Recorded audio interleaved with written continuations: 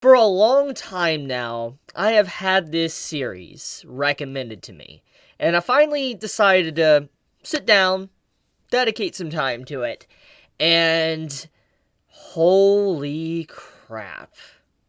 Holy crap.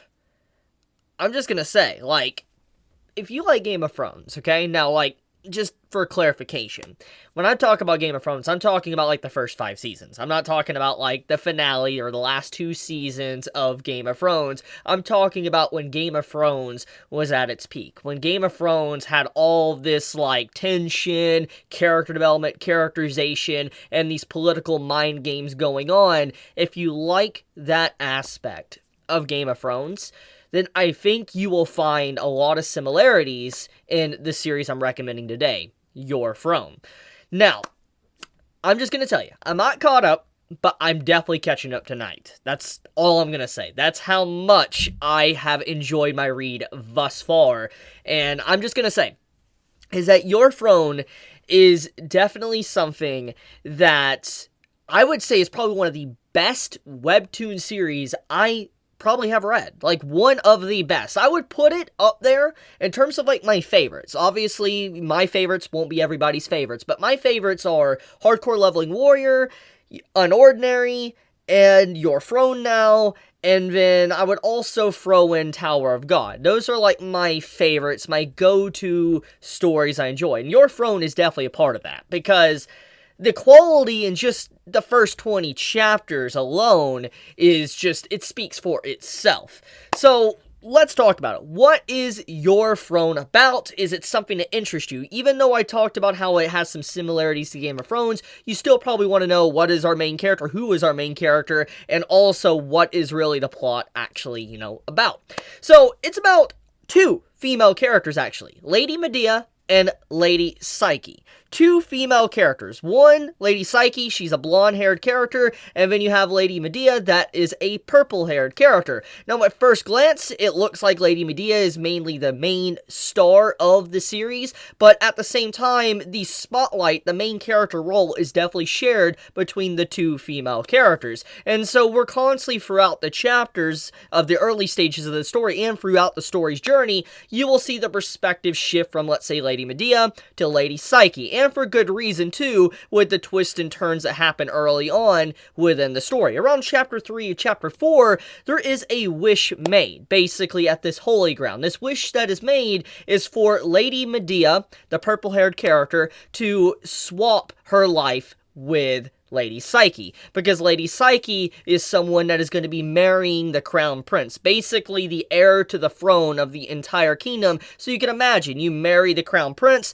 you become very powerful, very wealthy, you become someone that has a lot of power to be able to do basically anything you want. And so it makes a lot of sense why, maybe from that perspective alone, why Lady Medea would want to have Lady Psyche, for instance, to swap bodies with her. But obviously there's multi-layers, there's so much more to it than just that. But that is the get down into the early layer, the top layer of the story, basically of the swapping the bodies. Now, in terms of personalities, I think the 2 characters are very good, and they really show different perspectives of the story from different angles, and I like the writing so far of that.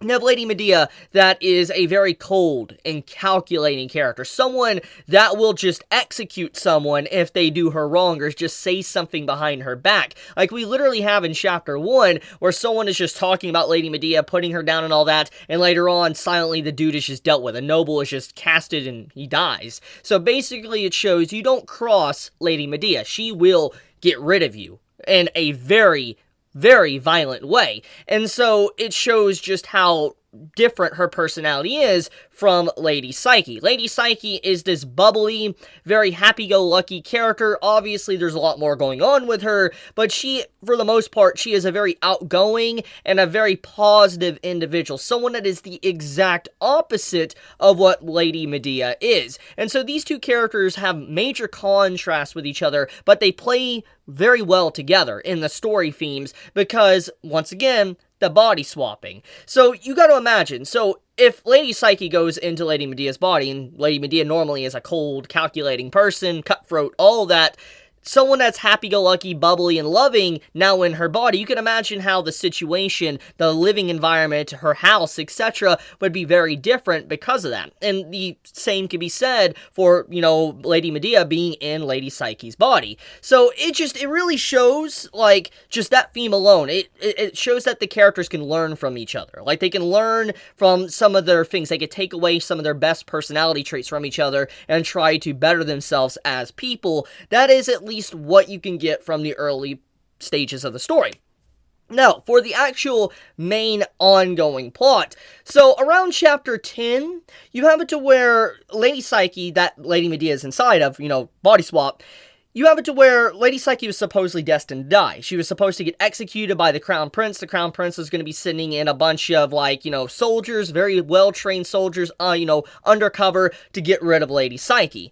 Obviously, Lady Medea is in her body, so basically that means if Lady Psyche's body dies, Lady Medea dies, and technically Psyche gets to live on in Medea's body. So you can see what's going on there. But pretty much, you have it to where this plot happens, and Medea is in a body that is relatively weaker than her old body. She used to be a very skilled swordsman. She was someone that had a lot of physical strength, but obviously being in a body that's very gentle, loving, caring, and hasn't really experienced a lot of physical exercise, it's gonna, be very difficult to ward off her attackers. Now, we do get to see multiple pages building up to the fact that she slowly defends off or wards off the attackers coming at her, but it leads to great wounds. Like, her eye is damaged, to also her getting poisoned by a dagger around chapter 16-17. So this basically shows that despite, the body swap and all that, cruelty comes back to Lady Medea. She wanted to swap bodies, but obviously she is taking also the tragedies for Lady Psyche as well, and she might be destined to die and leave the world in Lady Psyche's body. So there's a lot going on there. It's a lot to really just take and think about, because the story, honestly, just in the early stages of it, it's very complex. Like, it's a very complex story because there is a lot going on with the characters. Like, the characters' overall development and demeanor and how they interact with others around them, there is a lot to it. And I feel like the writer definitely has put a lot of time and effort into really kind of setting these characters up with their, the way they are, and being able to expand upon it, to allow them to really develop into characters that you will understand what they're thinking, even if they don't say a word in a chapter. I think that is one of the best things to see from a writer or an author. Like, it's how I felt when I used to read Tokyo Ghoul. When Ashita Sui, was writing Tokyo Ghoul chapters, you could understand Kaneki Kin without him even speaking. And I feel like that's what this author is going for. Basically, something very similar to where you can understand Lady Psyche and Lady Medea without any words in a chapter, just because you know so much about their personality and how they interact with others. So yeah, overall, in terms of the general premise, this is seeming more and more like a betrayal story. So if you're someone that's, like I said, you like Game of Thrones type plot lines, and you like someone wanting to strive to get the throne and be the ruler, but at the same time you have a revenge story as well, then you're probably going to fall in love with this. It's really good. Like, artwork as well is very consistent, and I think it's gotten a lot better than even the first chapter, and it's, like I said, it was already good in the first chapter. So like I said, if you're looking for something that has, like, maybe some political tragedy with some drama, medieval type setting with a dash of, like, fantasy, you're probably gonna like this, because there is some fantasy elements in this, which I guess let's just dive headfirst into. So the body swapping. Obviously, the swapping of bodies is, supernatural or a fantasy setting, so there is a higher power that is able to do things within this universe of your throne. Now, we don't know how far this is going to extend, how far this storyline will go with stuff like that, but there's been only 2 examples so far that I've read to where this higher power has kind of intervened and changed things for our characters. For one, obviously, the body swap, but also around chapters 17 to 18, you have it to where Lady Medea in Lady Psyche's body, she actually gets the poison removed. The poison dagger, like, the poison just subsides and disappears because Psyche wishes for Lady Medea to be A-okay and to give her another chance, etc. And the poison, disappears. The higher being answers her. So, once again, there is examples of this. There is examples of power and fantasy power type stuff being thrown in. I don't know how far it's going to go with that type of theme, but it's being used in such a way to where there is a lot of mystery. It makes you wonder what's going on, and why is Lady Psyche so special with, being locked up in, her house since she was very young. It's a very, like, Rapunzel type story, or a Snow White story, or a Cinderella story. It's very similar to that type of fantasy, and I wonder what's really going on there with Lady Psyche's character, of why she just had such an upbringing like that. But yeah, overall, I say that this is a good series. You're looking for something to read, you're wanting something to tide you over before the new anime season begins, look no further than Your Throne. I will have a link to this series in the description, so you can check it out for yourself, and it will also help me out if you click on the link, so just transparency there.